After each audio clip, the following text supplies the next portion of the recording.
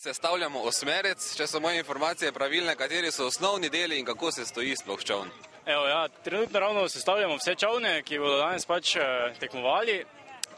Osnovne stvari so seveda sam čoln, ki je v primeru osmerca navadno sestavljen iz dveh delov, zaradi tega, ker je drugače predolgi za transport. Zadnji del je navadno, kjer sedi krmar. Ostali del čolna pa je 8 veslaških mest za veslače. Seveda potem za vesla pridejo pritrjeni v veslaškem žargonu grdo rečeni auslegerji, to je pač nemški izraz sposojenka, ki ga tudi mi s pridom uporabljamo. Notranjosti pa lahko vidimo, da navržem še nekaj tipično fraz. To so šine, dve šini, torej na te šine prije rolzic ali sedež. Čevlje pa imamo v tako imenovanih nogarah, ki pač so tudi nastavljive, pač po velikosti se lahko vsak veslač nastavi po želji. Torej ta čoln samo vozijo Slovenci, nič slovenskega pa ni na njem, kar se tiče izrazov?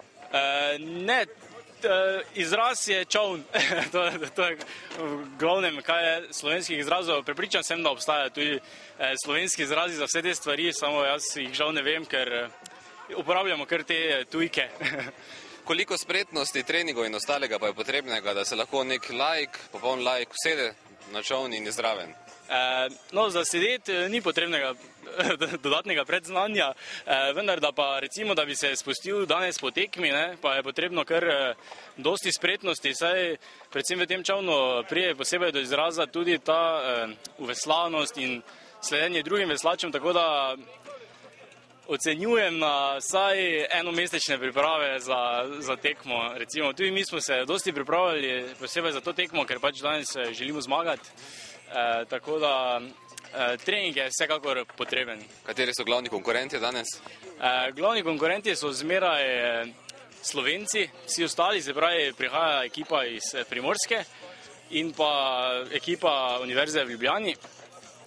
To je seveda tudi za prestiž, ker želimo pač obraniti naš naslov iz prejšnjih let.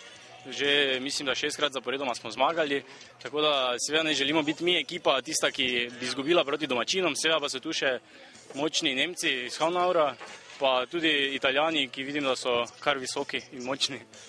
Kaj na grobo, na kratko se bo danes tukaj sploh dogajalo, če lahko opišete?